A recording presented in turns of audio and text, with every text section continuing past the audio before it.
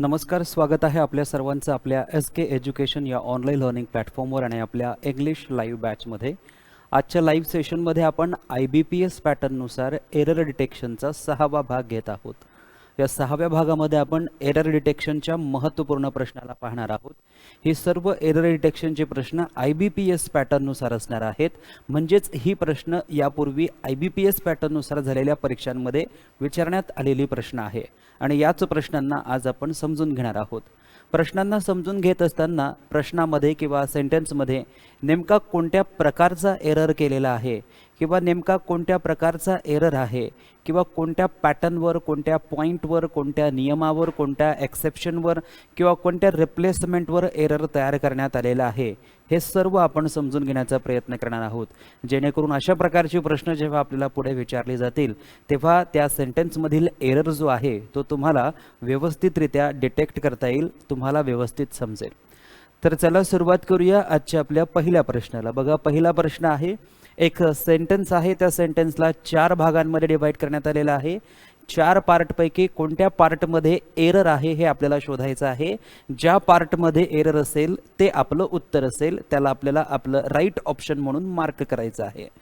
मग सेंटेन्स बघा, though I had been his friend for quite a long time, I refuse to help him because he is ill nature.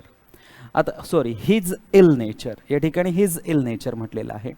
आता या ठिकाणी जर आपण पाहिलं, बघा, हा जो पहिला शब्द आहे, हा पहिला शब्द काय आहे? दो. याला आपण काय म्हणत असतो? याला आपण कंजंक्शन म्हणत असतो. जो पहिला शब्द आहे याला आपण काय म्हणतो? कंजंक्शन म्हणतो. त्यानंतर हा आपला सब्जेक्ट आहे, त्यानंतर हा आपला व्हर्ब आहे हॅड बीन, त्यानंतर his friend. Though I had been his friend, जरी मी त्याचा मित्र होतो, for quite a long time, खूप वेळेपासून, खूप समयपासून, खूप काळापासून, खूप वेळेपासून, खूप जास्त वेळ आहे म्हणून या ठिकाणी वॉज न घेता काय घेतलेला आहे? हॅड बीन घेतलेला आहे. म्हणजे पार्ट ए जो आहे तो बरोबर आहे. पार्ट ए मध्ये एरर नाही. पार्ट बी बघा, his friend for quite a long time, या शब्दांमध्ये देखील कुठेही आपल्याला एरर दिसत नाहीये. आय नंतर रिफ्युज्ड वापरलेला आहे, हा व्हर्बचा सेकंड फॉर्म आहे. टू नंतर हेल्प वापरलेला आहे, व्हर्बचा फर्स्ट फॉर्म आहे. हिम आहे, म्हणजे पार्ट सी मध्ये देखील एरर नाही. मग एरर आहे तर कुठे आहे? तर एरर इकडे आहे बघा, बिकॉज मध्ये. मागे देखील पहिल्या दुसऱ्या भागामध्ये मी आपल्याला बिकॉज बद्दल महत्त्वाची माहिती सांगितली होती की हा बिकॉज जो शब्द आहे, या बिकॉज शब्दानंतर एक सब्जेक्ट येईल किंवा त्या सब्जेक्ट नंतर मग एक हेल्पिंग व्हर्ब असेल किंवा डायरेक्ट मेन व्हर्ब असेल. आणि जर आपण बिकॉज हा शब्द वापरत असू, जर आपण बिकॉज हा शब्द वापरत असू, त्यानंतर जर आपण ऑफ हा शब्द वापरत असू, तर याच्यानंतर फक्त काय येणार आहे? नाऊन किंवा नाऊन फ्रेज येणार आहे. मग या ठिकाणी बघा, बिकॉज हा शब्द आहे, त्यानंतर इथे हिज इल नेचर ही एक नाऊन फ्रेज आहे. ही काय आहे? नाऊन फ्रेज आहे. म्हणजे हा हिज पजेसिव्ह एडजेक्टिव्ह आहे आणि पुढे इल जो आहे एडजेक्टिव्ह आहे आणि हा नेचर जो आहे हा नाऊन आहे. म्हणजे ही टोटल फ्रेज काय झालेली आहे? नाऊन फ्रेज झालेली आहे. बिकॉज नंतर तुम्हाला कुठे सब्जेक्ट व्हर्ब दिसतोय का? नाही. बिकॉज नंतर जर तुम्हाला सब्जेक्ट व्हर्ब दिसत नाहीये तर हा बिकॉज शब्द जो आहे, हा बिकॉज शब्द चुकीचा आहे. यामध्ये बिकॉजच्या ऐवजी काय असायला पाहिजे होतं? बिकॉज ऑफ असं असायला पाहिजे होतं. बिकॉज या शब्दाच्या ऐवजी काय असायला पाहिजे होतं? बिकॉज ऑफ असं असायला पाहिजे होतं. तेव्हा आपलं सेंटेन्स बरोबर झालं असतं.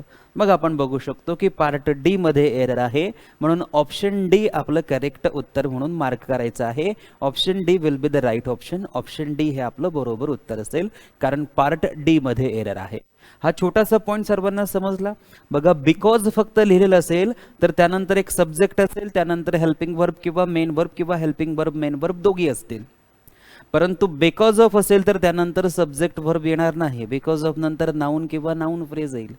मग आपण इथे बघतोय बिकॉज नंतर इथे सब्जेक्ट वर्ब नाहीये, म्हणजे हा बिकॉज शब्द चुकीचा आहे.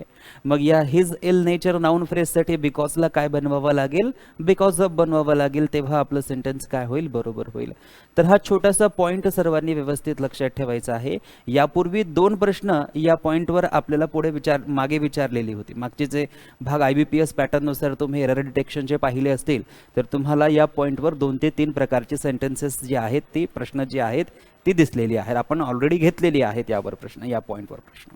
ओके, सो सर्वांचं उत्तर यायला पाहिजे option D. Chat box on करतो मी. हां, चला आता डी उत्तर आलेलं आहे सर्वांचं. ओके, हे सर्व IBPS पॅटर्ननुसार आहे, म्हणजे आगामी काळात ज्या ZB परीक्षा होणार आहेत, आता जवळपास 2 ते 3 आठवड्यापर्यंत आपलं ZPचं जे नोटिफिकेशन आहे ते येऊन जाणार आहे. त्यामुळे आपल्याला तयारीला लागायचं आहे. IBPS पॅटर्ननुसार आपल्याला हे महत्त्वाचे व्हिडिओ जे आहेत ते कव्हर करायचे आहेत. सो हे IBPS पॅटर्ननुसार ZPच्या परीक्षांसाठी महत्त्वाचं आहे. आणि तलाठी वनरक्षक या परीक्षा TCS द्वारा घेतल्या जाणार आहेत. तर TCS जे फोल्डर आहे त्या फोल्डरमधील व्हिडिओज तुम्हाला बघायचे आहेत. आता बघा पुढचा प्रश्न, your television set is superior than our television set by all respects. या सेंटेन्समध्ये जर आपण पाहिलं तर युअर टेलिव्हिजन सेट या 3 शब्दांमध्ये तर काहीही एरर नाही. त्यानंतर बघा इज सुपेरियर दॅन. आता हे सर्वांना माहिती पाहिजे की सुपेरियर या शब्दासोबत आपण दॅनचा वापर करत नाही. सुपेरियर या शब्दानंतर आपण टूचा वापर करतो, म्हणजे या ठिकाणी पार्ट बी मध्ये एरर आहे. त्यानंतर बघा आर टेलिव्हिजन सेट या 3 शब्दांमध्ये देखील काहीही एरर नाहीये. त्यानंतर या ठिकाणी जर आपण पाहिलं बाय ऑल रेस्पेक्ट्स, सो हा रेस्पेक्ट्स जो आहे या रेस्पेक्टचा अर्थ होतो आदर किंवा मान किंवा सन्मान, तर हा शब्द देखील चुकीचा आहे. या रेस्पेक्ट शब्दाच्या ऐवजी ॲस्पेक्ट्स हा शब्द असायला पाहिजे होता, की सर्व बाजूने, सर्व दिशेने, सर्व तऱ्हेने तुमच्या टेलिव्हिजनपेक्षा आमचा टेलिव्हिजन सेट चांगला आहे. मग आता या सेंटेन्समध्ये आपल्याला 2 ठिकाणी एरर दिसतोय. पहिला एरर जो दिसतोय तो पार्ट बी मध्ये दिसतोय, दुसरा एरर जो दिसतोय तो पार्ट डी मध्ये एरर दिसतोय. म्हणजे या ठिकाणी आपल्याला एक असं ऑप्शन दिसेल, कसं ऑप्शन दिसेल की B and D. So multiple errors देखील एका सेंटेन्समध्ये असू शकतात. IBPS पॅटर्नमध्ये काही होऊ शकतं. IBPS पॅटर्ननुसार आपल्याला सेंटेन्सेसमध्ये 2 ठिकाणी देखील एरर विचारले जाऊ शकतात, 1 ठिकाणी देखील एरर विचारला जाऊ शकतो. त्या पद्धतीचे ऑप्शन्स आपल्याला खाली दिलेले असतील. या सेंटेन्समध्ये 2 एरर्स आहेत. ज्याप्रमाणे हा सुपेरियर शब्द आहे, या सुपेरियर शब्दासोबत आपण दॅनचा वापर करत नाही, सुपेरियर शब्दासोबत आपण टूचा वापर करतो. आपण हे डिग्री या प्रकरणामध्ये पाहिलेलं आहे. हा ॲडजेक्टिव्हचाच भाग असतो, परंतु डिग्री आपण सेपरेट एक फोल्डर तयार करून दिलेला आहे. त्यामध्ये आपण पॉझिटिव्ह डिग्री, कॉम्पॅरेटिव्ह डिग्री आणि सुपरलेटिव्ह डिग्री बद्दलची सर्व महत्त्वाची माहिती तुम्हाला सांगितलेली आहे. तिथेच तुम्हाला सांगितलं होतं की प्रायर असेल, सुपेरियर असेल, इन्फेरियर असेल, ज्युनियर असेल, सिनियर असेल, एक्सटेरियर असेल, पोस्टेरियर असेल, इंटेरियर असेल, इन्फेरियर असेल, यानंतर आपण दॅनचा वापर करत नाही, यानंतर आपण टूचा वापर करतो. आणि दुसरा हा जो शब्द रेस्पेक्ट्स जो आहे तो या ठिकाणी अननेसेसरीली यूज करण्यात आलेला आहे. त्याच्याऐवजी ॲस्पेक्ट्स हा शब्द असायला पाहिजे होता. सो 2 ठिकाणी एरर असल्यामुळे आपलं उत्तर काय व्हायला पाहिजे, बी अँड डी या 2 पार्ट्समध्ये काय आहे, एरर आहे. ओके, चला, काही जणांनी डी म्हटलेलं आहे, काही जणांनी बी म्हटलेलं आहे. डी आणि बी दोन्ही ठिकाणी आपला एरर आहे. ओके, हा IBPS सिलेबसचे टॉपिक थोड्या वेळानंतर तुम्हाला मी सांगतो. हे सर्व प्रश्न झाले की टॉपिक आपण डिस्कस करूया. पुढे बघा, that boy possess 3 beautiful pens but he would not show them to anyone. आता बघा या ठिकाणी सेंटेन्समध्ये म्हटलेलं आहे की दॅट बॉय. आता हा जो दॅट बॉय आहे हा आपल्या वाक्याचा काय आहे, एक सब्जेक्ट आहे. दॅट बॉय म्हटलेला आहे, बॉयची संख्या किती आहे, 1 आहे, म्हणजे हा सब्जेक्ट कसा आहे, सिंग्युलर आहे. आणि सिंग्युलर सब्जेक्ट नंतर हा जो पजेस वापरलेला आहे हा पजेस काय आहे, V1 आहे. जेव्हा तुमचा सब्जेक्ट सिंग्युलर असेल, जेव्हा तुमचा सब्जेक्ट काय असेल, सिंग्युलर सब्जेक्ट असेल, तर सिंग्युलर सब्जेक्ट सोबत आपण व्हर्बचा फर्स्ट फॉर्म यूज करत नाही, तर व्हर्बच्या फर्स्ट फॉर्मला आपण काय जोडत असतो, एस किंवा ES त्याच्यानुसार जोडत असतो.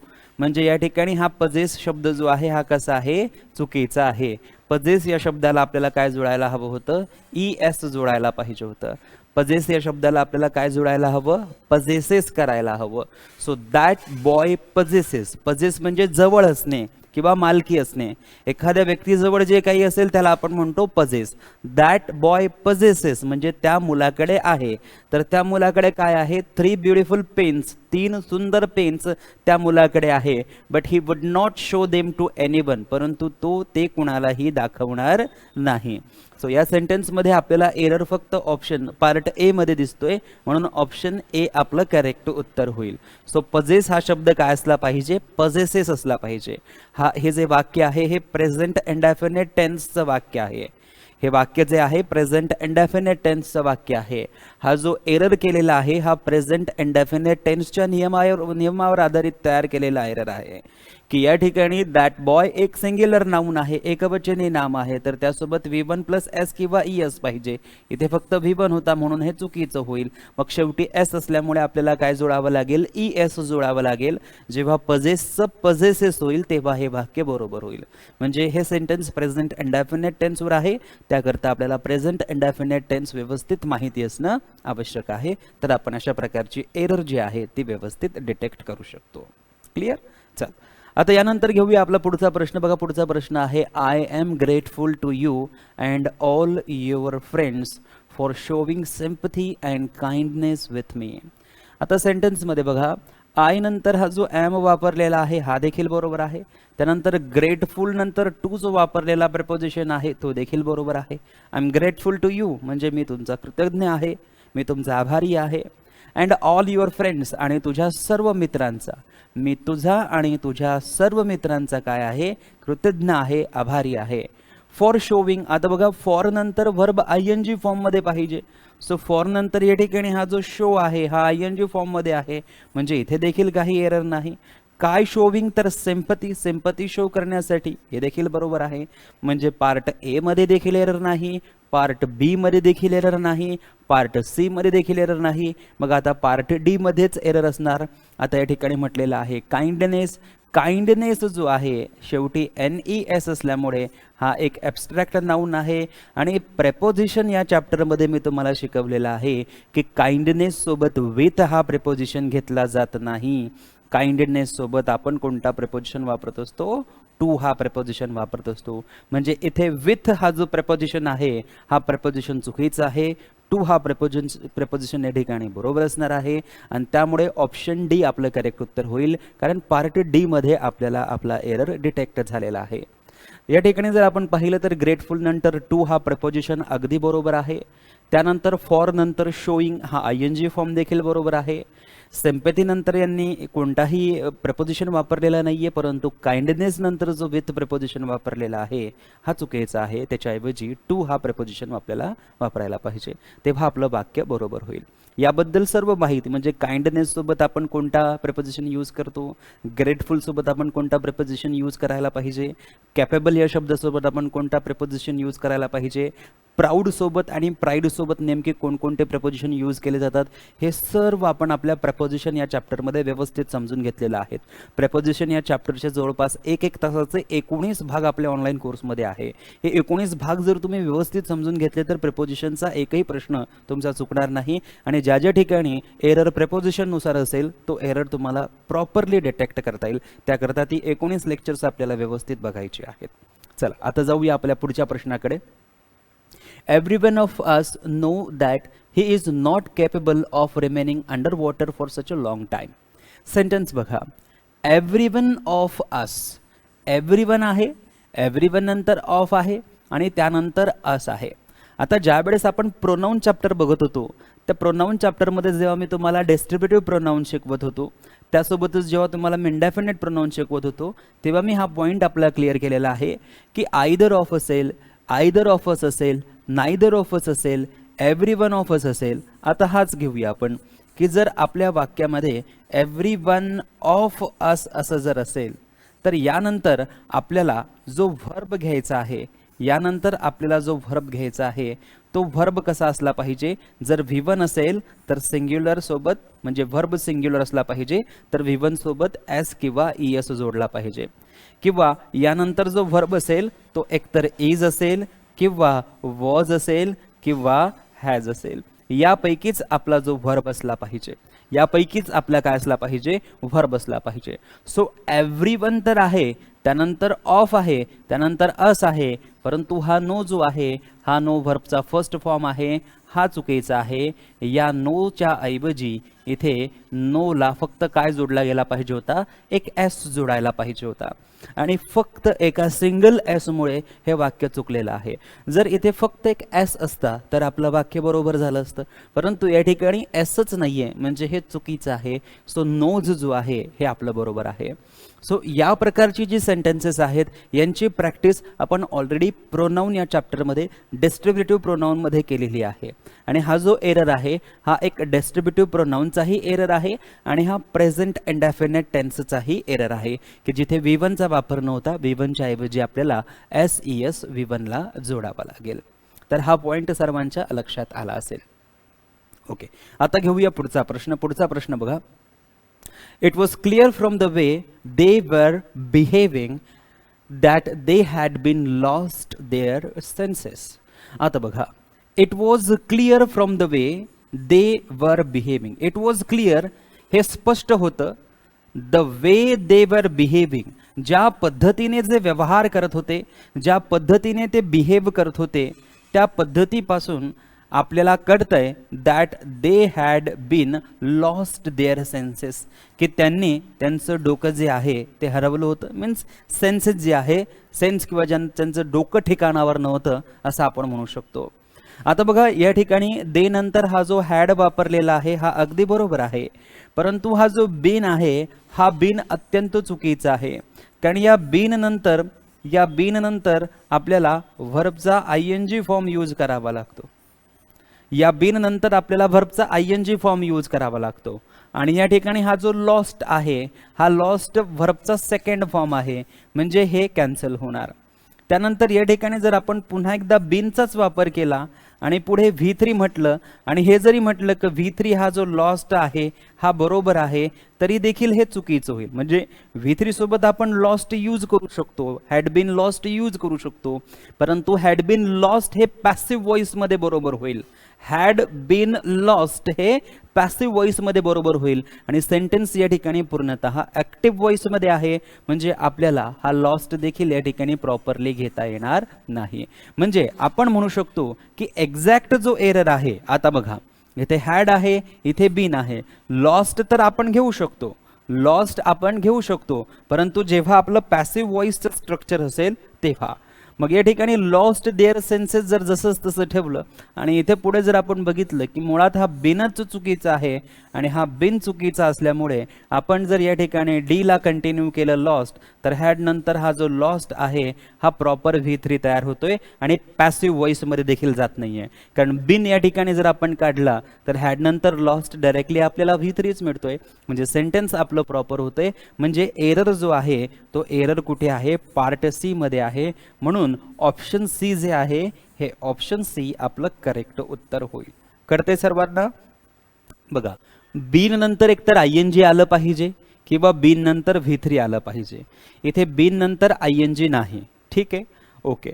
इथे बीन नंतर V3 आहे, परंतु बीन नंतर V3 केव्हा बरोबर असेल, जेव्हा पॅसिव्ह व्हॉइस असेल. सेंटेन्स तर ऍक्टिव्ह व्हॉइस मध्ये कंटिन्यू होत आहे, मग पॅसिव्ह व्हॉइस इथे येणार नाही. म्हणजे हा बिन शब्द या ठिकाणी जर आपण काढला तर हॅड नंतर लॉस्ट हा V3 येतोय म्हणजे आपल्याला पास्ट परफेक्ट टेन्स मिळतोय. म्हणजे आपलं जे सेंटेन्स आहे ते बरोबर होत आहे. म्हणजे इथे आपल्याला कळतंय की फक्त ऑप्शन सी जे आहे ते आपलं करेक्ट उत्तर होईल कारण पार्ट C मध्ये एरर आहे. ओके, आलेलं आहे सर्वांचं उत्तर? एक मिनिट. ओके, काही जणांनी बी उत्तर देण्याचा प्रयत्न केलेला आहे. बी मध्ये आपला कोणताही एरर नाही कारण बघा इट वॉज इथे पास्ट टेन्स आहे तर वर तिथे देखील पास्ट टेन्स घेतलेला आहे. पुढे बघा, when he had been walked along the road a wild and ferocious dog hit him hard and knocked him down. आता सेम जे मागच्या सेंटेन्स मध्ये आपण पाहिलं ते की या ठिकाणी हॅड आहे, या ठिकाणी बीन आहे आणि या ठिकाणी वॉक्ड जो आहे हा V3 आहे. आता बीन नंतर V3 वापरला जातो, परंतु केव्हा? जेव्हा पॅसिव्ह व्हॉइस असेल तेव्हा. आणि बीन नंतर इकडे ING पाहिजे, म्हणजे हा जो बीन आहे हा बीनच मुळात या ठिकाणी कसा आहे? चुकीचा आहे. जर आपण वेन ही हॅड वॉक्ड असं म्हटलं की जेव्हा तो रोडवर चालला, along the road, a wild, एक जंगली आणि फेरेशियस आक्रमक डॉग जो आहे, हिट हिम हार्ट, त्या मुलाला त्याने हिट केले, आदळले, अँड नॉक्ड हिम डाऊन, आणि त्याला खाली पाडले. आणि सो या पद्धतीने आपण बघू शकतो की ही हॅड आणि हॅड नंतर हा जो V3 असेल वॉक्ड बरोबर असेल. सो आपण बघू शकतो की एरर कुठे आहे? एरर आहे पार्ट ए मध्ये, म्हणजे ऑप्शन ए आपलं बरोबर उत्तर होईल. ओके, आलेलं आहे सगळ्यांचं उत्तर ऑप्शन ए, राईट. चल, यानंतर बघा पुढचा प्रश्न. I have appreciate the remarkable book because I benefited from reading it. Sentence बघा, सेंटेन्सची सुरुवात झाली आयने, त्यानंतर घेतलेला आहे हॅव, त्यानंतर अप्रिशिएट जो आहे हा अप्रिशिएट काय आहे? वर्बचा फर्स्ट फॉर्म. आता बघा हॅव नंतर कधीच वर्बचा फर्स्ट फॉर्म यूज केला जात नाही. हॅव नंतर कोणता फॉर्म यूज केला जातो? वर्बचा तिसरा फॉर्म यूज केला जातो. म्हणजे अप्रिशिएट हा शब्द कसा आहे? चुकीचा आहे. अप्रिशिएट या शब्दाच्या ऐवजी अप्रिशिएटेड हा शब्द असायला पाहिजे होता. म्हणजे ऑप्शन ए जे आहे ते आपलं करेक्ट ऑप्शन होईल, कारण ऑप्शन ए किंवा पार्ट ए मध्ये आपला एरर आहे, म्हणून ऑप्शन ए आपलं करेक्ट उत्तर होईल. अगदी बेसिक एरर आहे, प्रेझेंट परफेक्ट टेन्सवर आधारित हा एरर आहे. त्यामुळे प्रेझेंट परफेक्ट टेन्स स्ट्रक्चर तुम्हाला व्यवस्थित माहिती असेल आणि अप्रिशिएटचा V3 अप्रिशिएटेड होतो हे जर आपल्याला माहिती असेल तर या सेंटेन्स मधील एरर आपण क्लिअरली डिटेक्ट करू शकतो. चला, यानंतर घेऊया, सगळ्यांचं उत्तर ए आलेलं आहे, अगदी बरोबर आहे. यानंतर घेऊया पुढचा प्रश्न. The chief minister was obliged to honors the promise made during the contest. आता अगदी सेंटेन्स सोपा आहे. या सेंटेन्समध्ये जो एरर आहे तो देखील अगदी कॉमन एरर आहे. या प्रकारचे प्रश्न यापूर्वी IBPS पॅटर्ननुसार एरर डिटेक्शनच्या वेगवेगळ्या भागांमध्ये आपण पाहिलेले आहे. त्यामुळे आता या सेंटेन्समध्ये नेमका कोणता एरर आहे हे सर्वांना ओळखता आलं पाहिजे. ज्यांना उत्तर येत असेल त्यांनी कमेंट बॉक्समध्ये टाईप करण्याचा प्रयत्न करा. सेंटेन्स फार सोपा आहे, एरर देखील फार सोपा आहे, आणि यापूर्वी या पॉईंटवर आपण अनेक सेंटेन्सेस पाहिलेली आहेत. त्यामुळे तुम्हाला हे सेंटेन्समधील एरर जो आहे तो डिटेक्ट करणं फार सोपं होणार आहे. तर जाधव सरांचं सी उत्तर बरोबर आलेलं आहे. बघा, चला इथे बघा, द चीफ मिनिस्टर 3 शब्दांमध्ये तर काहीही एरर नाही, त्यामुळे ऑप्शन ए आपलं उत्तर होणार नाही.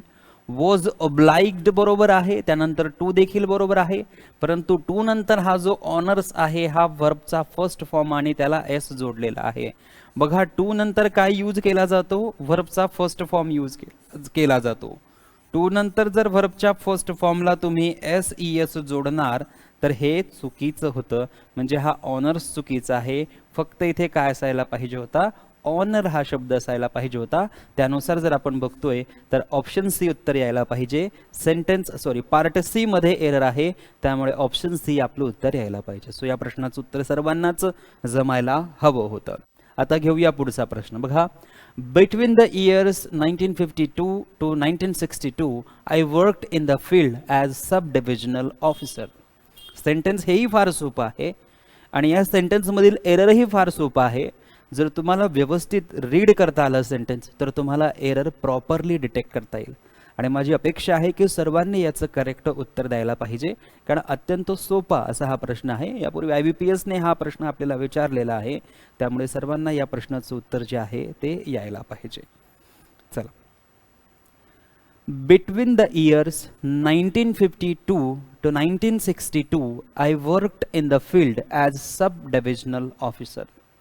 काय एरर आहे या सेंटेन्समध्ये? सी उत्तर उमेश सरांचं आलेलं आहे, सुनील सरांचं बी उत्तर आलेलं आहे, त्यानंतर पिनू यांचं उत्तर सी आलेलं आहे. बघूया. आता बघा, बिटवीन हा जो शब्द आहे, बिटवीन हा जो शब्द आहे हा प्रेपोजिशन देखील आहे आणि कंजंक्शन देखील आहे. हा प्रेपोजिशन देखील आहे आणि हा कंजंक्शन देखील आहे.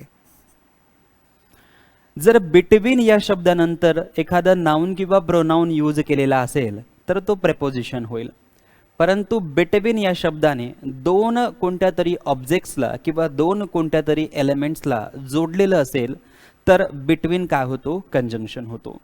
मग आपण पाहिलेलं आहे की ज्याप्रमाणे बोथ हा कंजंक्शन घेतल्यानंतर पुढे आपल्याला अँड लिहावं लागतं, अगदी त्याचप्रमाणे बिटवीन हा कंजंक्शन जर आपण यूज केला तर त्यानंतर आपल्याला अँड घ्यावा लागतो. ज्याप्रमाणे आपण बोथ या कंजंक्शन सोबत अँडचा वापर करतो, अगदी त्याचप्रमाणे बिटवीन या कंजंक्शन सोबत आपण अँडचा वापर करतो. आणि हे जर आपण पाहिलं तर या ठिकाणी बिटवीन हा नेमका प्रेपोजिशन आहे की कंजंक्शन आहे हे बघा, ओळखूया आपण. बिटवीन नंतर द इयर्स जर तुम्ही पाहिलं तर नाऊन आहे, परंतु यानंतर या ठिकाणी पुढे गेल्यानंतर आपल्याला 1952 आणि 1962 हे दोन एलिमेंट्स दिसत आहेत. या दोन एलिमेंट्समुळे हा बिटवीन जो आहे हा बिटवीन प्रेपोजिशन म्हणून काम करत नाही आहे, कंजंक्शन म्हणून काम करतो. हे सर्व आपण कंजंक्शन या चॅप्टरमध्ये पाहिलेलं आहे. सो बिटवीन हा जर कंजंक्शन म्हणून काम करतोय तर या ठिकाणी हे जे दोन ऑब्जेक्ट्स टू ने जोडले जात आहेत हे चुकीचे आहेत. या ठिकाणी टू च्या ऐवजी आपल्याला काय यूज करावं लागणार, अँड यूज करावं लागणार. सो कंजंक्शन चॅप्टरमध्ये जेव्हा आपण बिटवीन बघत होतो तेव्हा बिटवीन दोन व्यक्तींसाठी, दोनपेक्षा जास्त व्यक्तींसाठी आणि बिटवीन कंजंक्शन म्हणून कसा यूज केला जातो हे सविस्तर सर्व माहिती तुम्हाला मी दिलेली आहे. सो या ठिकाणी आपला जो एरर आहे तो ऑप्शन बी मध्ये, सेंटेन्स पार्ट बी मध्ये आहे. आपला जो एरर आहे तो पार्ट बी मध्ये आहे, म्हणजे ऑप्शन बी जे आहे ते आपलं करेक्ट उत्तर व्हायला पाहिजे. करेक्ट सेंटेन्स होईल बिटवीन द इयर्स 1952 अँड 1962, म्हणजे 1952 आणि 1962च्या दरम्यान. I worked in the field as sub divisional officer. मी काय म्हणून काम केलेलं आहे, सब डिव्हिजनल ऑफिसर म्हणून काम केलं होतं. सो ऑप्शन बी या ठिकाणी आपलं करेक्ट उत्तर होईल. ज्यांनी उत्तर बी दिलेलं असेल त्यांचं उत्तर बी बरोबर असेल. ज्यांनी उत्तर सी दिलेलं आहे त्यांचं उत्तर थोडक्यात चुकलेलं आहे. येथे काहीही एरर नाही आहे. आय वर्कड म्हणजे काय, V2 आहे, मी काम केले. जर या ठिकाणीच त्यांनी सांगितलेलं आहे की 1952 आणि 1962चा काळ आहे, म्हणजे तो आजच्या काळापासून फार मागे गेलेला भूतकाळ आहे, तर आपल्याला वर्कड V2 यूज करावा लागेल पास्ट इंडेफिनिट टेन्स म्हणून. म्हणून सी मध्ये एरर नाही आणि डी मध्ये तर एररच नाही आहे. ॲज सब डिव्हिजनल ऑफिसर अगदी बरोबर आहे. चल लक्षात ठेवायचं. पुढे जाऊया. पुढचा प्रश्न बघा. Responsibilities include working with the editors on all aspects of the editorial process. Sentence बघा. रेस्पॉन्सिबिलिटीज. आता इथे बघा रेस्पॉन्सिबिलिटी आहे की रेस्पॉन्सिबिलिटीज आहे. रेस्पॉन्सिबिलिटीज म्हणजे जबाबदाऱ्या, आणि जबाबदाऱ्या एक पेक्षा जास्त आहे म्हणजे रेस्पॉन्सिबिलिटीज कसं आहे, एकापेक्षा जास्त आहेत म्हणजे रेस्पॉन्सिबिलिटीज हे प्लुरल नाऊन आहे. मग एखादं नाऊन जर प्लुरल असेल, एखादं नाऊन जर अनेक वचनी नाम असेल, तर त्यासोबत आपण वर्बच्या फर्स्ट फॉर्मला SES जोडतो का, अजिबात नाही. त्यासोबत फक्त काय यूज केला जातो, V1. मग या ठिकाणी बघा हा इन्क्ल्यूड जो आहे V1 त्याला हा S जोडलेला आहे, म्हणजे हा इन्क्ल्यूड्स चुकीचा आहे. फक्त काय असायला पाहिजे होतं, इन्क्ल्यूड असायला पाहिजे होतं. कारण रेस्पॉन्सिबिलिटी एक नाही आहे, रेस्पॉन्सिबिलिटीज आहे. एकापेक्षा जास्त जबाबदाऱ्या आहेत. एकापेक्षा जास्त जबाबदाऱ्या असल्यामुळे आपल्याला रेस्पॉन्सिबिलिटीजला प्लुरल नाऊन कन्सिडर करावं लागेल, आणि प्लुरल नाऊन अनेक वचनी नामासोबत V1ला SES जोडता येत नाही. फक्त V1 जसाचा तसा ठेवावा लागतो, म्हणजे इन्क्ल्यूड बरोबर होईल. इन्क्ल्यूड्स जे आहे ते चुकीचं होईल, म्हणजे पार्ट ए मध्ये एरर आहे. म्हणून ऑप्शन ए आपलं बरोबर उत्तर व्हायला पाहिजे. त्यामुळे ज्यांनी उत्तर ए दिलेलं असेल त्यांचं उत्तर ए बरोबर असेल. सुनील सरांचं म्हणा, दत्ता सरांचं म्हणा, उमेश सरांचं उत्तर ए जे आहे बरोबर आहे. सो हा पॉईंट सर्वांना क्लिअर झालेला असेल. पुन्हा एकदा हे जे सेंटेन्स आहे आणि ज्या पॉईंटवर हा एरर तयार करण्यात आलेला आहे तो पॉईंट आहे present indefinite tense. So present indefinite tense जर तुम्हाला व्यवस्थित माहिती असेल तर तुम्हाला हे सर्व व्यवस्थित कळेल, एरर वगैरे. आता बघूया पुढचा प्रश्न. The boy who was guilt for having broken the window glass came out with the truth. Sentence हाही फार सोपा आहे. या सेंटेन्स मधला एररही फार सोपा आहे. फक्त थोडंसं तुम्हाला carefully word by word read करावं लागेल. शब्द शब्द शब्द असं तुम्ही एक एक शब्द पकडून जर रीड करणार तर तुमचा एरर लक्षात येईल. आणि तुम्ही जर स्पीड रीडली करणार, फास्ट रीडिंग करणार, तर मग एरर लवकर आपल्याला कॅच करता येणार नाही. आता बघा, द बॉय एक मुलगा, आणि मुलासाठी यांनी काय वापरलेलं आहे, हू. सो ह्युमन बिंगसाठी आपण हूचा वापर करतो की नाही, करतो, म्हणजे हू मध्ये काही एरर नाही. त्यानंतर या ठिकाणी वॉज आहे आणि या ठिकाणी गिल्ट हा शब्द आहे. एखादा व्यक्ती जर गिल्ट असेल तर त्याला गिल्ट म्हटलं जात नाही. एखादा व्यक्ती जर गिल्ट असेल तर त्याला गिल्ट म्हटलं जात नाही, त्याला आपण काय म्हणतो, गिल्टी म्हणतो. एखादा व्यक्ती अपराधी असेल तर त्याला गिल्ट म्हणत नाही. गिल्ट म्हणजे फक्त अपराध आणि गिल्टी म्हणजे काय, अपराधी. गिल्टी म्हणजे काय, अपराधी. सो या ठिकाणी बघा इथे the boy who was guilt, एक व्यक्ती की जो अपराध होता, एक मुलगा की जो अपराध होता, की एक मुलगा की जो अपराधी होता. सो गिल्ट हा शब्द या ठिकाणी येणार नाही. गिल्ट या शब्दाच्या ऐवजी या ठिकाणी गिल्टी हा शब्द असायला पाहिजे. The boy who was guilty for having broken window glass came out with the truth. So सेंटेन्समध्ये आपण जर पुढे पाहिलं, द बॉय हु वॉज, इथे एरर आहे ऑप्शन ए मध्ये, having broken the window glass, की ज्याने विंडो जी खिडकी आहे त्या खिडकीची काच तोडलेली आहे, केम आउट विथ द ट्रूथ, तो सत्यासह समोर आला. सो या ठिकाणी फक्त एकच एरर आहे पार्ट ए मध्ये. गिल्ट या शब्दाच्या ऐवजी गिल्टी हा शब्द असायला पाहिजे होता, तर आपलं सेंटेन्स बरोबर झालं असतं. क्लिअर आहे इथपर्यंत सर्वांना. सो हा जो एरर आहे हा नाउन रिप्लेसमेंट ॲडजेक्टिव्हचा आहे. गिल्ट आहे नाउन आणि गिल्टी आहे ॲडजेक्टिव्ह. सो ॲडजेक्टिव्हच्या जागी नाउन यूज केला होता तो चुकीचा आहे, त्याऐवजी ॲडजेक्टिव्ह जर यूज केला तर ते सेंटेन्स बरोबर आहे. चला, सर्वांचं उत्तर बी आलेलं आहे, अगदी बरोबर आहे. ए आलेला आहे, अगदी बरोबर आहे. पुढे बघा, Ramesh has been both a dishonestly person and a gambler since his childhood. Sentence बघा, रमेश हॅज बीन बोथ. आता बोथ जर आलेला आहे तर अँड ही वापरला पाहिजे. सो बघा, बोथसाठी पुढे हा अँड आलेला आहे, हे देखील बरोबर आहे. Ramesh has been both, Ramesh दोघही होता, एक डिसऑनेस्ट पर्सनही होता आणि एक गॅम्बलर म्हणजे जुगारी देखील होता. आता बघा या ठिकाणी पर्सन हा जो शब्द आहे, पर्सन हा शब्द काय आहे, नाउन. नाउन विषयी जास्तीची माहिती सांगायची आहे की हा जो पर्सन आहे हा पर्सन कसा आहे, अप्रामाणिक आहे. तर यासाठी आपण डिसऑनेस्ट हा शब्द यूज करू, की यासाठी आपण डिसऑनेस्टली हा शब्द यूज करू. कोणता शब्द बरोबर असेल, डिसऑनेस्ट हा शब्द बरोबर असेल, डिसऑनेस्टली हा शब्द बरोबर असेल. पर्सन जो नाउन आहे त्याबद्दल जास्तीची माहिती सांगण्यासाठी आपण ॲडजेक्टिव्हचा वापर करतो. सो डिसऑनेस्ट हा काय आहे, ॲडजेक्टिव्ह आहे आणि डिसऑनेस्टली जो आहे हा काय आहे, एक ॲडवर्ब आहे. सो नाउनबद्दल जास्तीची माहिती सांगण्यासाठी डिसऑनेस्ट हा ॲडजेक्टिव्ह वापरला जाईल, डिसऑनेस्टली हा ॲडवर्ब वापरला जाणार नाही. आणि सेम एरर या ठिकाणी आहे की पर्सन जो नाउन आहे त्याबद्दल जास्तीची माहिती सांगण्यासाठी डिसऑनेस्ट इतकंच बरोबर आहे. हा जो एल वाय आहे हा एल वाय चुकीचा आहे. हा एल वाय जर आपण इथनं काढला तर आपलं सेंटेन्स बरोबर होईल. म्हणजे ज्या ठिकाणी फक्त ॲडजेक्टिव्हची गरज आहे तिथे मुद्दाम ॲडवर्ब लिहून दिला जातोय आणि या पद्धतीचा एरर हा तयार करून दिला जातोय. आणि अशाच प्रकारची अनेक एरर्स IBPS आणि TCS पॅटर्ननुसार होणाऱ्या ज्या काही परीक्षा असतात किंवा ज्या काही परीक्षा होतात त्यामध्ये एरर डिटेक्शनच्या प्रश्नांमध्ये केलेल्या असतात. जिथे ॲडवर्बचा वापर व्हायला पाहिजे तिथे ॲडजेक्टिव्ह देतील, जिथे ॲडजेक्टिव्हचा वापर व्हायला पाहिजे तिथे मुद्दाम ॲडवर्ब देतील. सो अशा प्रकारची रिप्लेसमेंट करून एरर बनवले जातात आणि हे तुमच्या लक्षात येणं फार गरजेचं आहे. त्यासाठी ॲडजेक्टिव्ह आणि ॲडवर्ब ही दोन्ही चॅप्टर्स आपल्या पार्ट ऑफ स्पीचमध्ये जे फोल्डर आहे तिथून तुम्ही बघू शकतात. सो हा एरर सर्वांच्या लक्षात आलेला असेल.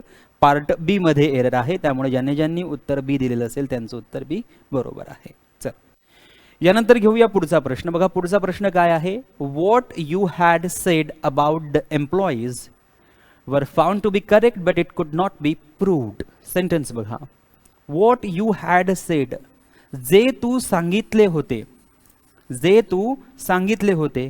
व्हॉट यू हॅड सेड, जे तू सांगितले होते, हा आपल्या वाक्याचा सेंटेन्स आहे. अबाउट द एम्प्लॉईज इथपर्यंत आपला सेंटेन्स आहे की what you had said about the employees, कर्मचाऱ्यांबद्दल तू जे सांगितले होते, कर्मचाऱ्यांबद्दल तू जे सांगितले होते त्याच्याबद्दल बोललं जात आहे. Were found to be correct, were found to be correct, ते करेक्ट आढळलं, ते अगदी योग्य होतं. But it could not be proved, परंतु ते प्रूव्ह होऊ शकलं नाही.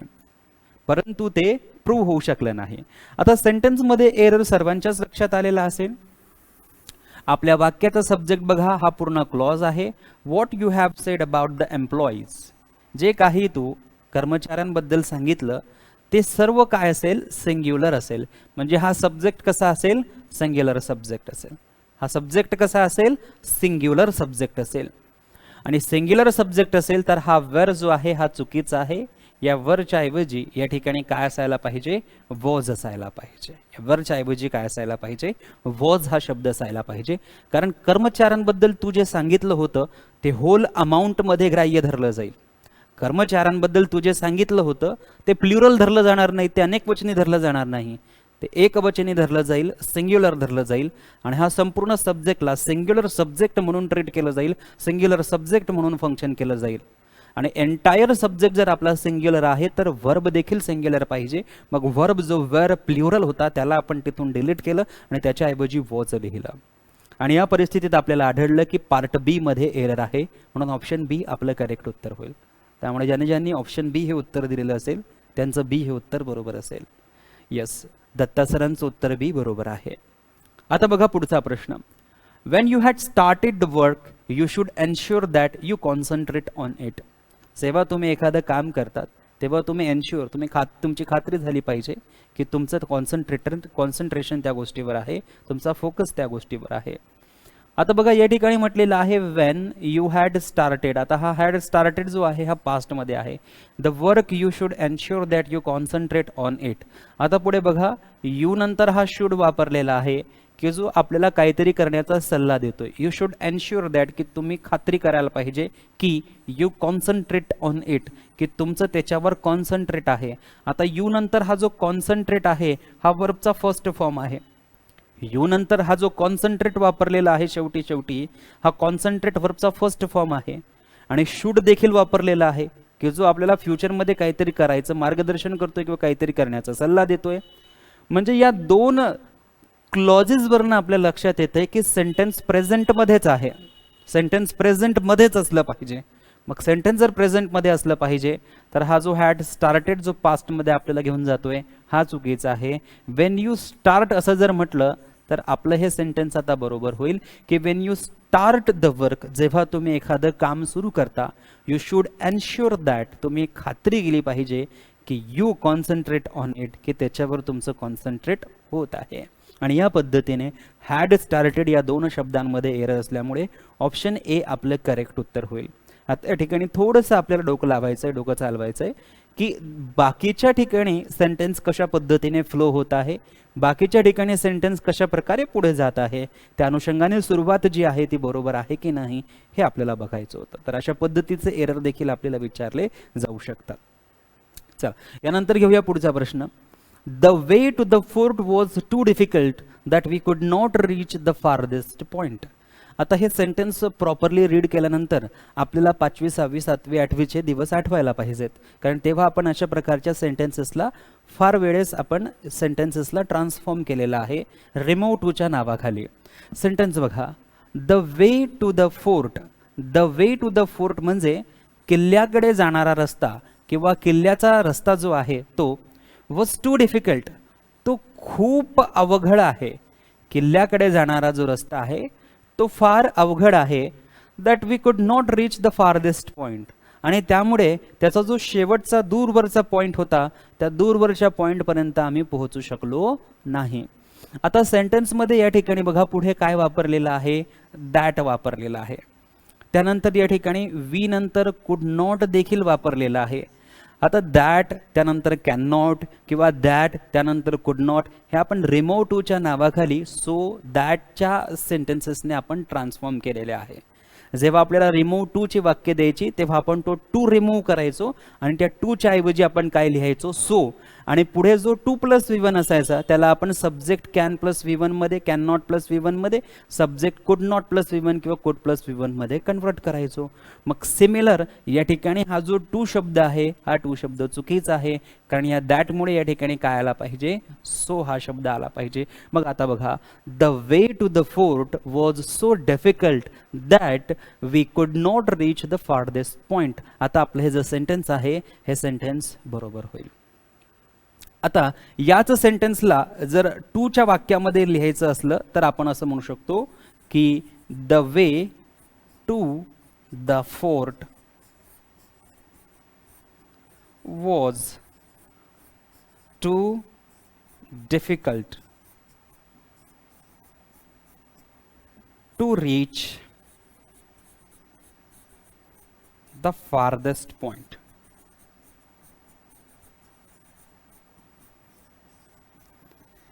एकतर सेंटेन्स अशा पद्धतीने बरोबर होईल. सेंटेन्स बघा same, the way to the fort, the way to the fort was too difficult, was too difficult. पुढे जो दॅट आहे त्या दॅटच्या ऐवजी आपण काय लिहिलंय, to reach the farthest point. आणि या सेंटेन्सला आपल्याला दिलं जायचं आणि म्हटलं जायचं की remove too from the following sentence. हा टू जो आहे हा रिमूव्ह करायचा आहे. मग आपण काय करायचो, the way to the fort was too remove करून त्याच्याऐवजी आपण काय लिहायचो, सो लिहायचो. आता इथे लिहिता येणार नाही पण सो लिहायचो. सो डिफिकल्ट हा टू रिमूव्ह करून आपण याच्यामध्ये लिहायचो दॅट. आणि त्यानंतर वी जो आहे वी, त्यानंतर कुड नॉट, कारण या ठिकाणी बघा हा वॉज आहे, वॉज आहे पास्ट आहे म्हणून कॅन नॉट घेता येणार नाही, कुड नॉट घेतलं जाईल. सो या ठिकाणी बघा कुड नॉट आहे, reach the farthest point, reach the farthest point. So या पद्धतीने हे सेंटेन्सेस आहेत. हे सर्व आपण ऑलरेडी आपल्या 5वी 6वी 7वी 8वी 9वी 10वीच्या ग्रामरमध्ये शिकलेलो असतो. परंतु कसं थोडंसं आपण ते तुटक तुटक शिकलेलो असतो, म्हणजे अर्ध आता अर्ध त्याच्यानंतर, त्यामुळे पूर्ण लिंक आपली लागत नाही. आणि अचानक मग आपल्या परीक्षा समोर येतात आणि त्यामध्ये मग आपल्याला अशा प्रकारचे प्रश्न विचारले जातात, त्यामध्ये असे एरर जे आहेत ते तयार करून दिले जातात. त्यासाठी आपण जे आहे एबल असलं पाहिजे, यासाठी आपण समर्थ असले पाहिजेत. हे सर्व प्रॅक्टिस तुम्हाला करायची आहे. तुम्ही जर ऑनलाईन कोर्स घेतलेलाच आहे तर एक एक व्हिडिओ तुम्हाला 2-2 3-3 वेळेस पाहावा लागेल. तुम्हाला कोणत्याही प्रकारचा कंटाळा करावा लागणार नाही, कोणत्याही प्रकारचा आळशीपणा आपण करायचा नाही आहे. एक एक व्हिडिओ 2-2 3-3 वेळेस बघता आला पाहिजे. अशी तुमचे टाइम टेबल, असं तुमचं शेड्यूल असलं पाहिजे. कारण अपकमिंग काळामध्ये जेव्हा ॲड पडेल तेव्हा आपल्याकडे फार कमी वेळ असेल. आता समजा पुढच्या आठवड्यामध्ये जर झेडपीच्या एक्झाम्सचं नोटिफिकेशन आलं तर आपल्याकडे फक्त 15 ते 20 दिवस फॉर्म भरण्यासाठी असतात. पुढच्या 8-15 दिवसात रिसिट येऊन जातील तुमचे आणि लगेच जूनमध्ये किंवा आपण म्हणू शकतो जूनच्या मधल्या आठवड्यापासून आपल्या परीक्षांना सुरुवात देखील होऊ शकते. कारण IBPS झेडपीचं नियोजन करणार आहे असं म्हटल्यानंतर जर तुम्ही काही महिन्यांपूर्वी 4 ते 5 महिन्यांपूर्वी टेटची एक्झाम झाली, त्यांनी तितकाच वेळ दिलेला होता. जवळपास फक्त 15 दिवस त्यांनी फॉर्म भरायला दिले होते IBPSने टेटच्या विद्यार्थ्यांना आणि 1-1.5 महिन्यामध्ये एक्झाम कंडक्ट केली होती. तशाच पद्धतीचं जर आपल्यासोबत झालं तर मग आपल्याला वेळ कमी पडेल. त्याकरता आजपासूनच आपली ही जी तयारी आहे ही प्रॉपरली आपल्याला सुरू करायची आहे. चला पुढचा प्रश्न घेऊया. If you have good control over breathing you can float on water effortlessly. If you have good control over breathing, तुमच्या श्वासावर जर तुमचं चांगलं कंट्रोल असेल, you can float on water effortlessly. So तुम्ही पाण्यावर कोणत्याही प्रयत्नाविना ऑटोमॅटिकली तरंगू शकतात, फ्लोट करू शकतात. आता सेंटेन्समध्ये कुठे एरर दिसतोय का बघा. इफ बरोबर आहे, यू हॅव गुड कंट्रोल, जर तुमचा गुड कंट्रोल असेल कशावर, ब्रेदिंगवर, श्वासावर. आता बघा कंट्रोल नंतर हा जो ओव्हर प्रेपोजिशन आहे हा अत्यंत चुकीचा आहे. जवळपास सर्वच 100% विद्यार्थ्यांना माहिती असतं की कंट्रोल नंतर आपण ऑन हा प्रेपोजिशन वापरतो. इथे जर कमांड हा शब्द असता, इथे जर कमांड हा शब्द असता तर कमांड या शब्दासोबत आपण ओव्हर हा प्रेपोजिशन वापरला असता. परंतु या ठिकाणी कोणता शब्द आहे, कंट्रोल हा शब्द आहे आणि कंट्रोल हा शब्द असल्यामुळे आपल्याला ऑन हा प्रिपोजिशन वापरावा लागेल. ओव्हर चुकीचा आहे, ऑन बरोबर असेल. त्या अनुषंगाने पार्ट बी मध्ये एरर आहे. यू कॅन फ्लोट ऑन बरोबर आहे, वॉटर एफर्टलेसली देखील बरोबर आहे. म्हणजे पार्ट बी मध्ये एरर आहे आणि पार्ट बी आपलं करेक्ट ऑप्शन. ओके चल, ऑन बरोबर आहे. चल पुढे चला पुढचा प्रश्न घेऊया. Jamshedji knew that an industrial revolution can only brought in the country by setting up iron and steel industry. बघा सेंटेन्स काय आहे की जमशेदजी हा आपल्या वाक्याचा सब्जेक्ट आहेत, हे आपल्या वाक्याचे सब्जेक्ट आहेत. त्यानंतर न्यू हा व्हर्बचा सेकंड फॉर्म आहे. कोणत्याही सब्जेक्ट नंतर आपण व्हर्बचा सेकंड फॉर्म घेऊ शकतो. पास्ट इंडेफिनिट टेन्स तयार होतो, यामध्ये एरर नाही. जमशेदजी न्यू दॅट, जमशेदजी यांना माहिती होतं अन इंडस्ट्रियल रेव्होल्यूशन, जी औद्योगिक क्रांती आहे ती कॅन करू शकते only brought in the country, bye setting up iron and steel industry. Iron आणि स्टील इंडस्ट्री जर आपण आपल्याकडे सेटअप केलं तर त्यामुळे आपल्याकडे काय येऊ शकतं, इंडस्ट्रियल रेव्होल्यूशन, औद्योगिक क्रांती येऊ शकते असं जमशेदजी यांना माहिती होतं. आता बघा सेंटेन्स किती मोठा आहे आणि याचा एरर जो आहे तो किती सिंपल आहे. सर्वांना लहानपणापासून शिकवलेलं असतं, माहिती असतं की कॅन नंतर व्हर्बचा फर्स्ट फॉर्म घेतला जातो. कॅन नंतर काय घेतला जातो, व्हर्बचा फर्स्ट फॉर्म घेतला जातो. या वाक्यामध्ये जर तुम्ही पाहिलं तर कॅन नंतर व्हर्बचा तिसरा फॉर्म घेतलेला आहे. आता बघा V1, V2, V3 हे तर तुम्हाला माहितीच असलं पाहिजे. या ठिकाणी हा ब्रॉट शब्द जो आहे, हा ब्रॉट शब्दाचा जो V1 आहे तो होतो ब्रिंग. याचा जो V2 आहे तो ब्रॉटच होतो, BROUGHT ब्रॉट. आणि याचा V3 देखील ब्रॉटच होतो, BROUGHT ब्रॉट. आणि ब्रिंग या शब्दाचा अर्थ होतो आणणे, काहीतरी आणणे. आपण औद्योगिक क्रांती आणू शकतो, आपण औद्योगिक क्रांती आणू शकतो. Jamshedji knew that an industrial revolution can only bring in the country, can only bring in the country म्हणजे देशामध्ये आपण औद्योगिक क्रांती आणू शकतो. कशामुळे, फक्त by setting up and iron and steel industry. Iron आणि स्टील इंडस्ट्री जर आपण सेटअप केली तर आपण इंडस्ट्रियल रेव्होल्यूशन, औद्योगिक क्रांती आणू शकतो. सो कॅन नंतर V1 जो असेल तो बरोबर असेल, परंतु कॅन नंतर V3 जे असेल ते मात्र चुकीचं असेल. सो हा ब्रॉट शब्द V3 आहे, हा चुकीचा आहे.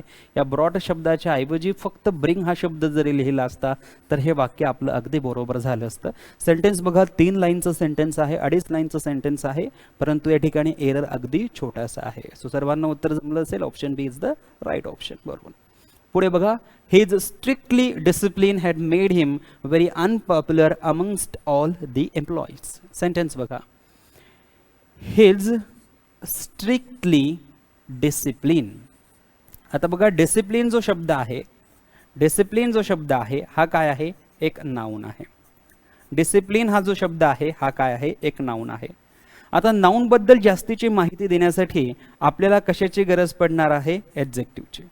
नाउन बद्दल जास्तीची माहिती देण्यासाठी आपल्याला कशाची गरज पडणार आहे, ॲडजेक्टिव्हची. या ठिकाणी बघा स्ट्रिक्ट जो आहे हा स्ट्रिक्ट काय असणार आहे, ॲडजेक्टिव्ह असणार आहे. आणि हा स्ट्रिक्टली जो वाक्यामध्ये वापरलेला आहे हा काय आहे, ॲडवर्ब आहे. वाक्यामध्ये जो स्ट्रिक्टली शब्द वापरलेला आहे हा स्ट्रिक्टली शब्द काय आहे, ॲडवर्ब आहे. हा डिसिप्लिन शब्द काय आहे, नाउन. नाउन बद्दल जास्तीची माहिती सांगण्यासाठी ॲडवर्ब येतो का, अजिबात नाही. म्हणजे हा स्ट्रिक्टली शब्द चुकीचा आहे. इथे फक्त काय असायला पाहिजे होतं, स्ट्रिक्ट हा शब्द असायला पाहिजे होतं, तर आपला सेंटेन्स बरोबर असतो. हे जो strict discipline had made him very unpopular amongst all the employees. पूर्ण सेंटेन्स बरोबर आहे, फक्त पार्ट ए मध्ये एरर आहे. जिथे स्ट्रिक्टली लिहिलेलं आहे तिथे फक्त स्ट्रिक्ट हा ॲडजेक्टिव्ह असायला हवा होता. मागेच तुम्हाला सांगितलं 3-4 प्रश्नांपूर्वी की काही ठिकाणी जिथे ॲडवर्ब यूज व्हायला पाहिजे तिथे मुद्दाम ॲडजेक्टिव्ह लिहून देतील, जिथे ॲडजेक्टिव्हचा वापर व्हायला पाहिजे तिथे मुद्दाम ॲडवर्ब लिहून दिलं जाईल. अशा प्रकारचे मॅक्सिमम एरर डिटेक्शनच्या प्रश्नांमध्ये आपल्याला पाहायला मिळतात.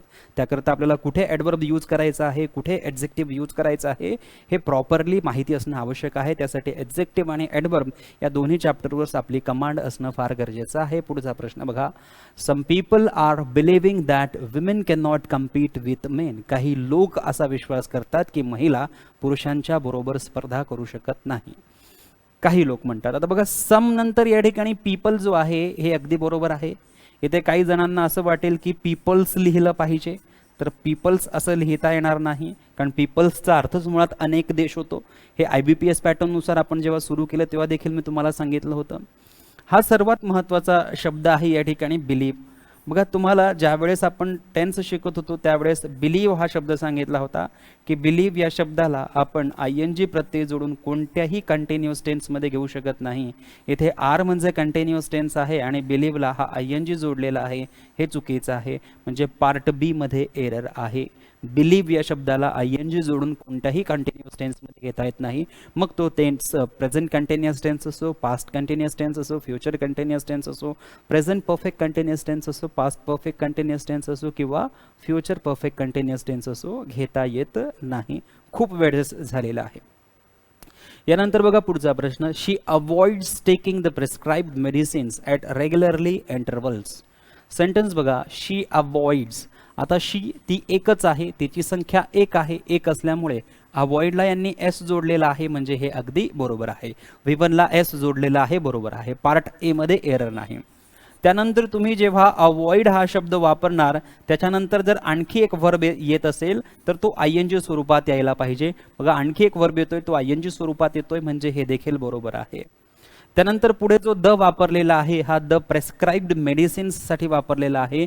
द प्रेस्क्राइब्ड जे आहे ते एक्झेक्टिव्ह आहे, मेडिसिन जे आहे ते नाऊन आहे.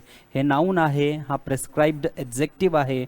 नाऊनबद्दल जास्तीची माहिती देतोय, म्हणजे हे सर्व बरोबर आहे. म्हणजे पार्ट ए मध्ये एरर नाही, पार्ट बी मध्ये एरर नाही आणि पार्ट सी मध्येही एरर नाही. मग पार्ट डी मध्ये एरर आहे का? यस. पार्ट डी मध्ये काय एरर आहे बघा, या ठिकाणी इंटरवल जो आहे तो नाऊन आहे. बघा इथे लिहून देतो मी तुम्हाला. इंटरवल जो आहे हा इंटरवल काय आहे? इंटरवल आहे नाऊन. आता नाऊन सोबत जास्तीची माहिती सांगण्यासाठी कोणता शब्द येत असतो? एक्झेक्टिव्ह हा शब्द येत असतो. या ठिकाणी दोन शब्द आहे, म्हणजे एक शब्द आहे. एक आहे रेग्युलरली, एक आहे रेग्युलरली आणि दुसरा आहे फक्त रेग्युलर, जो मी या ठिकाणी तुम्हाला लिहून देतो. आपण जर रेग्युलरली बद्दल बोललो तर हे एक ॲडवर्ब आहे रेग्युलरली, आणि हा जो रेग्युलर आहे हा काय आहे? एक्झेक्टिव्ह आहे. मग इंटरवल जर नाऊन आहे, नो मॅटर इंटरवल असो, एकापेक्षा जास्त इंटरवल्स असो, नाऊनच होणार आहेत. एकवचनी असो किंवा अनेकवचनी असो, नाऊनबद्दल जास्तीची माहिती सांगण्यासाठी कोण येणार आहे? एक्झेक्टिव्ह. मग रेग्युलरली हा ॲडवर्ब आहे. रेग्युलरली काय आहे? ॲडवर्ब आहे, आणि हा या नाऊनबद्दल जास्तीची माहिती देत नाही. हा रेग्युलरली शब्द चुकीचा आहे. फक्त रेग्युलर हा शब्द असायला पाहिजे होता.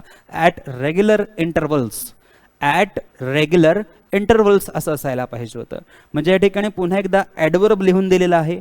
जिथे एक्झेक्टिव्ह हवा होता तिथे मुद्दाम ॲडवर्ब लिहून सेंटेन्समध्ये एरर केलेला आहे, किंवा जिथे ॲडवर्ब असायला पाहिजे तिथे एक्झेक्टिव्ह लिहून दिलेला असतो. या प्रकारची एरर जास्त करून आपल्याला विचारली जातात. पार्ट डी मध्ये या ठिकाणी एरर आहे, हे सर्वांनी व्यवस्थित लक्षात घ्यायचं आहे. प्रत्येक सेंटेन्स आणि त्याच्यामधला जो एरर आहे हा तुम्हाला व्यवस्थित समजणं आवश्यक आहे, कारण अशाच प्रकारची एरर तुम्हाला पुढे प्रश्नपत्रिकांमध्ये पाहायला मिळणार आहेत. यानंतर बघा, his good qualities include his ability to take quickly and appropriate decisions. Sentence बघा, हिज गुड क्वालिटीज, त्याच्या चांगल्या क्वालिटीज, हा आपल्या वाक्याचा काय आहे? सब्जेक्ट आहे.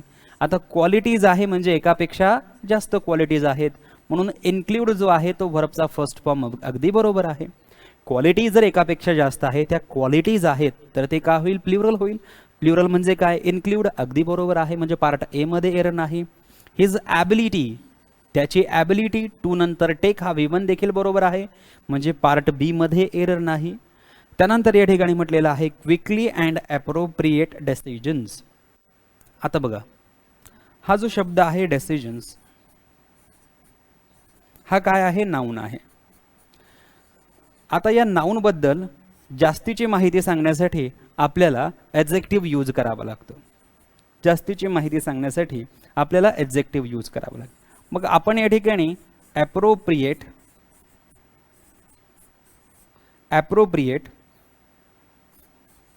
हा शब्द यूज करतोय, किंवा आपण ॲप्रोप्रिएटली असं जर लिहिलं